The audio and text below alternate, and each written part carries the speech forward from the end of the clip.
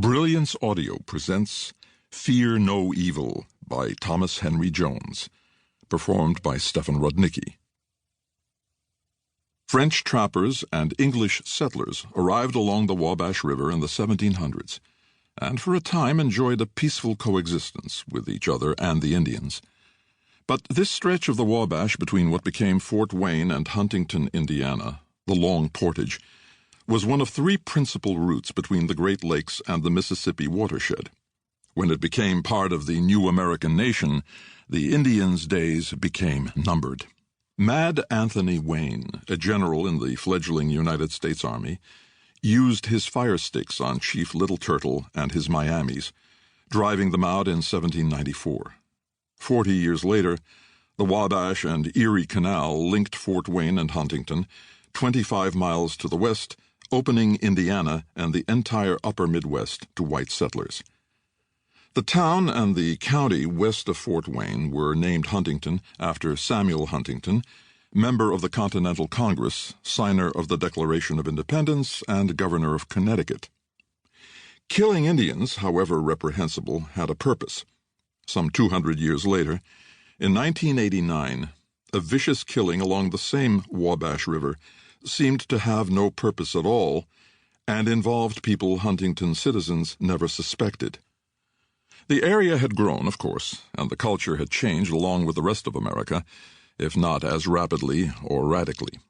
Nothing much historical had happened until 1988, when Dan Quayle stood on the steps of the Huntington County Courthouse before national television cameras to accept President George Bush's invitation to be his vice presidential running mate.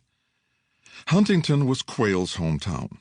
His father owned the Herald Press, the town's unswervingly conservative afternoon newspaper. Huntington was proud of Dan Quayle. They hated the national media for making fun of him. They shared Quayle's previous obscurity, and they resented it being pointed out to everybody in the country. They hated the arrogance of out-of-towners, these self-pronounced superior beings from New York and Washington, when they filled their newscasts and their newspaper pages with ridicule over Quayle's inexperience in national politics and his missteps on the campaign trail. And most of all, they shared his family values. Their belief in home and family and church clashed with 2 decades of growing acceptance in America of casual sex, drugs, violence, and homosexuality as just another lifestyle choice. In the late 1980s, neighboring Fort Wayne was bigger and more prosperous. Huntington was becoming a bedroom community as the growing Fort Wayne spread west. Many families in outlying Huntington County, like people all over the Midwest, had gotten out of farming. They had jobs at the small manufacturing plants around Huntington that fed electrical and electronic devices to manufacturers in Detroit and Chicago, and truck parts to a big General Motors assembly plant between Huntington and Fort Wayne. A few moved into town. Many sold their land to big agricultural companies, but stayed on the farm, preserving the house, the yard, a big garden, and a way of life, aside from their big-screen TVs and minivans, reminiscent of their parents' and grandparents' lives. The high school kids did much the same things their parents and grandparents had done when they were that age.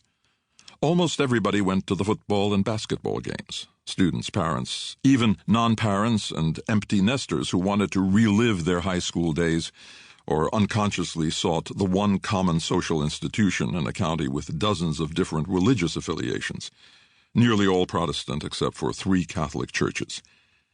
After the games and Friday or Saturday night dances, Huntington kids did laps. Other places called it cruising, endlessly driving a well-established circuit around town to see and be seen, stopping at a drive-in for a hamburger and a milkshake.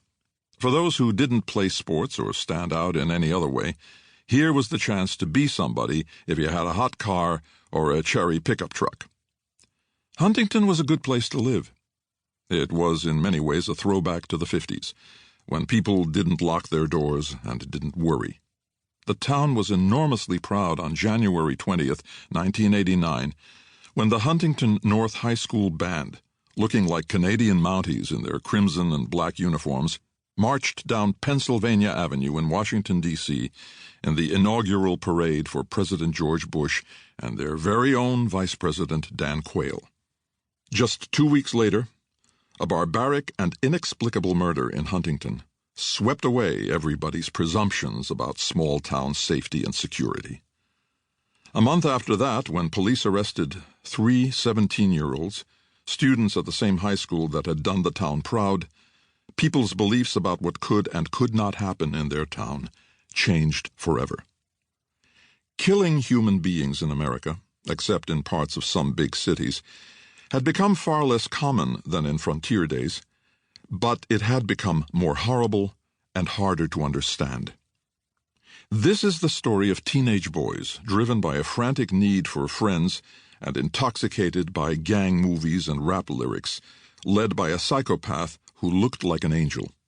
And it is the story of a small-town criminal justice system that calmed the worst fears a community can face and dispensed justice with wisdom and compassion.